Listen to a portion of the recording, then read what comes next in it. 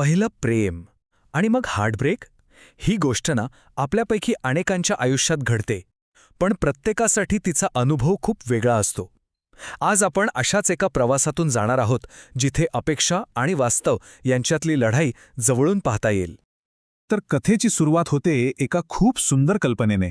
मला नेहमीच वाटत होतं की प्रेम आरामात होईल. खरं आहे ना, आपल्या सगळ्यांनाच असं वाटतं की नाही, की प्रेम अगदी सहज मिळावं, नशिबाने यावं, चेहऱ्यावर नाही तर स्वभावावर जीव जडावा. पण खरंच प्रेम नेहमी आपल्या कल्पनांप्रमाणेच घडतं का? आणि मग येतो आपल्या कथेचा पहिला भाग, प्रेमाची कल्पना. जेव्हा प्रेमाची ही पुस्तकी कल्पना एका अनपेक्षित खऱ्या भेटीला सामोरी जाते, तेव्हा काय होतं, चला बघूया. आता बघा, स्वप्न आणि वास्तव यातलं अंतर किती मोठं आहे. स्वप्न होतं की प्रेम नशिबात लिहिलेलं असेल, पण झालं काय? भेट झाली एका अनोळखी रस्त्यावर. वाटलं होतं की जगच थांबून जाईल, पण प्रत्यक्षात डोळ्यात डोळे घालून बघायची पण हिंमत झाली नाही. तो आला होता, पण फक्त सोबत म्हणून.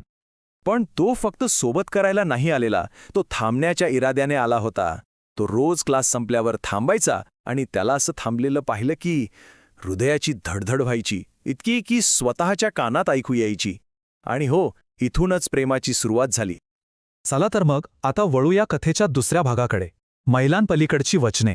जेव्हा नात्यात अंतर येतं तेव्हा फक्त वचनं उरतात, आणि हीच वचनं नात्याची खरी कसोटी पाहतात.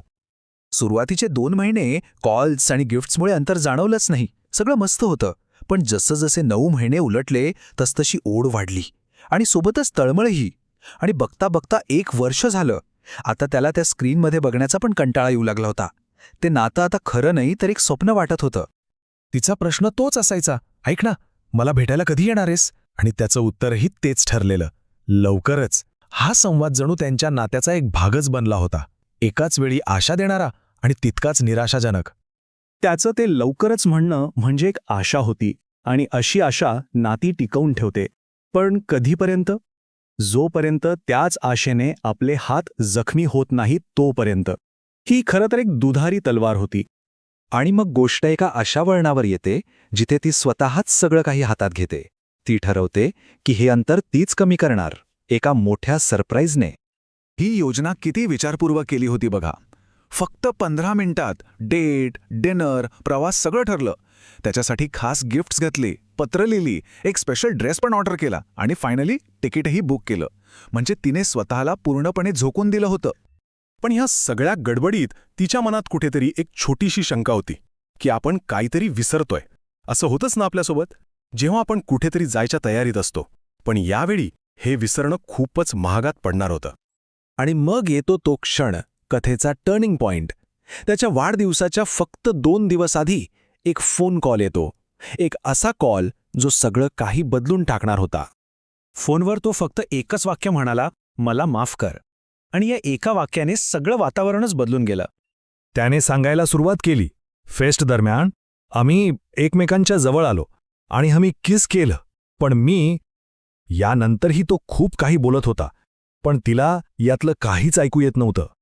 तिला ऐकू येत होती ती फक्त तिच्या हृदयाची धडधड, अगदी तशीच जशी पहिल्यांदा प्रेमात पडल्यावर ऐकू आली होती. विचार करा, प्रेमात पडताना आणि प्रेम तुटताना दोन्ही वेळेस हृदयाची धडधड सारखीच. कमाल आहे ना? आणि मग तिला तिची चूक कळली. तिला समजलं की ती काय विसरली होती. यावेळी तिने समोरच्या व्यक्तीला विचारायचंच विसरली होती की त्याला ती तिथे हवी आहे की नाही. तिने तर स्वतःलाच त्याच्या वाढदिवसाच्या पार्टीचं आमंत्रण दिलं होतं. आणि आता आपण आलो आहोत कथेच्या शेवटच्या टप्प्यावर. हार्टब्रेकनंतर काय, त्यातून काय शिकायला मिळतं, हा भाग आहे. सोडून देण्यातल्या शहाणपणाबद्दल. पण एक प्रश्न उरतोच की तुटलेल्या वचनांचं काय होतं? ती इतकी विखुरतात का की पुन्हा कोणाला वचन द्यायची हिंमतच होत नाही? हा अनुभव आपल्याला एका खूप मोठ्या सत्याकडे घेऊन जातो. तर मग सोडून देणं म्हणजे नेमकं काय? याचा अर्थ एवढाच की जर तिने ती ट्रेन पकडली असती तर कदाचित तिला प्रेम मिळालं असतं, पण जे तिच्या नशिबात होतं ते तिला कधीच मिळालं नसतं. म्हणजे जे गमावल्यासारखं वाटत होतं ते खरं तर नशिबाने तिला तिच्या खऱ्या वाटेवर आणण्यासाठी केलेला एक इशारा होता. या संपूर्ण अनुभवाचं सार हेच आहे, जेव्हा आपल्याला एखादी गोष्ट मिळत नाही तेव्हा समजून घ्यायचं की ती आपल्यासाठी कधीच नव्हती. हे शहाणपण खूप महाग असतं आणि ते फक्त दुःखातूनच मिळतं.